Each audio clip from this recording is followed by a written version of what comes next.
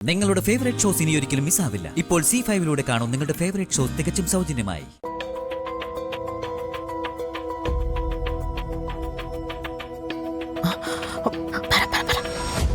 മോളെ രാധികെ, കണിമംഗലം കുടുംബത്തിന്റെ ഏറ്റവും വലിയ രഹസ്യമാ മുത്തശ്ശി മോളോട് പറയാൻ പോകുന്നു.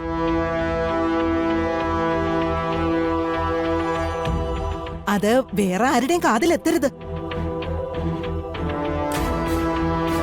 അയ്യോ മുത്തശ്ശി, അത്രയും വലിയൊരു കാര്യമാണെങ്കിൽ എന്നോട് പറയണ്ട. എനിക്ക് പിന്നെ അതൊരു ഭാരമാവും. മോൾ അറിയുന്നത് കൊണ്ട് കുഴപ്പമൊന്നുമില്ല. ഓ കണിമംഗലത്തിന്റെ സമ്പത്തിനെ കുറിച്ചാ മുത്തശ്ശി പറയുന്നത്. ഓ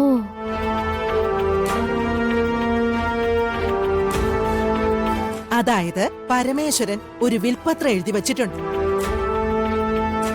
അതിലാണ് ആർക്കൊക്കെ എന്തൊക്കെയാണ് കൊടുക്കേണ്ടതെന്ന് എഴുതി വച്ചിട്ടുള്ളത്. ആണോ മുത്തശ്ശി? അതെ.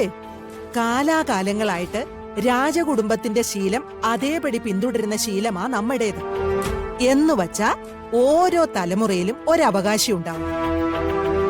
സ്വത്തിന്റെ കാര്യമൊക്കെ ആ ഒരാളിൽ മാത്രമാ ഉണ്ടാവുക. ബാക്കിയുള്ളവർക്കൊക്കെ വേണ്ടതൊക്കെ കൊടുക്കും. പക്ഷേ കണിമംഗലത്തിന്റെ പിന്തുടർച്ചാവകാശി അങ്ങനെ ഒരാളിലായിരിക്കും.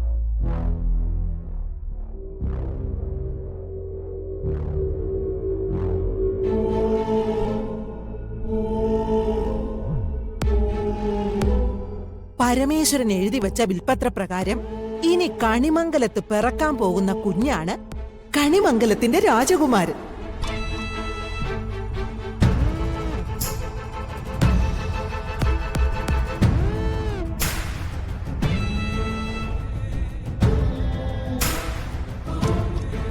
കണിമംഗലത്തിന്റെ എല്ലാ സ്വത്തും കൈകാര്യം ചെയ്യുന്ന ആള്.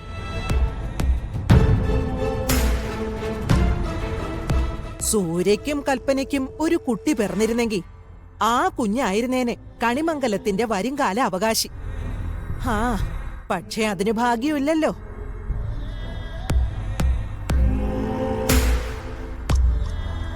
അങ്ങനെ വന്നാല് വരുണിന് പിറക്കുന്ന കുഞ്ഞ് അടുത്ത അവകാശിയാവും.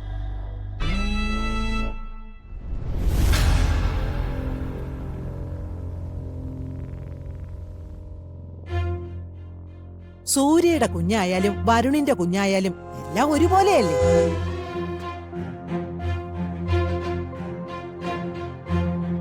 പക്ഷേ രാജയോഗം എന്ന് പറഞ്ഞതുണ്ടല്ലോ, അതാർക്കാ വിധിച്ചിരിക്കുന്നതെന്ന് ദൈവം തമ്പുരാന് മാത്രമേ അറിയൂ. ഞാൻ ആ കുഞ്ഞിനെ കാത്തിരിക്കുക മോളെ, കണിമംഗലത്തിന്റെ അവകാശിയായ ആ കുഞ്ഞിനെ.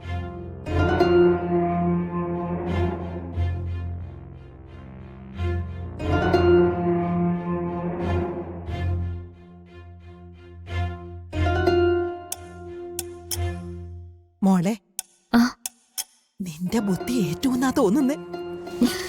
കൽപ്പന പോയ പോക്ക് കണ്ടില്ലേ? നമ്മളെ പ്രതീക്ഷ നടക്കും മുത്തശ്ശി. പ്രതീക്ഷിക്കാത്ത ചിലത് നടക്കും. മുത്തശ്ശി നോക്കിക്കോ.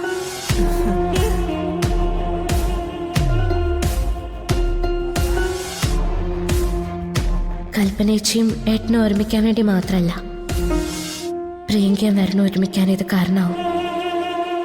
അങ്ങനെ തന്നെ സംഭവിക്കട്ടെ. ഡൗൺലോഡ് ചെയ്യൂ C5 ആപ്പ്. കാണൂ എല്ലാ എപ്പിസോഡുകളും സൗജന്യമായി.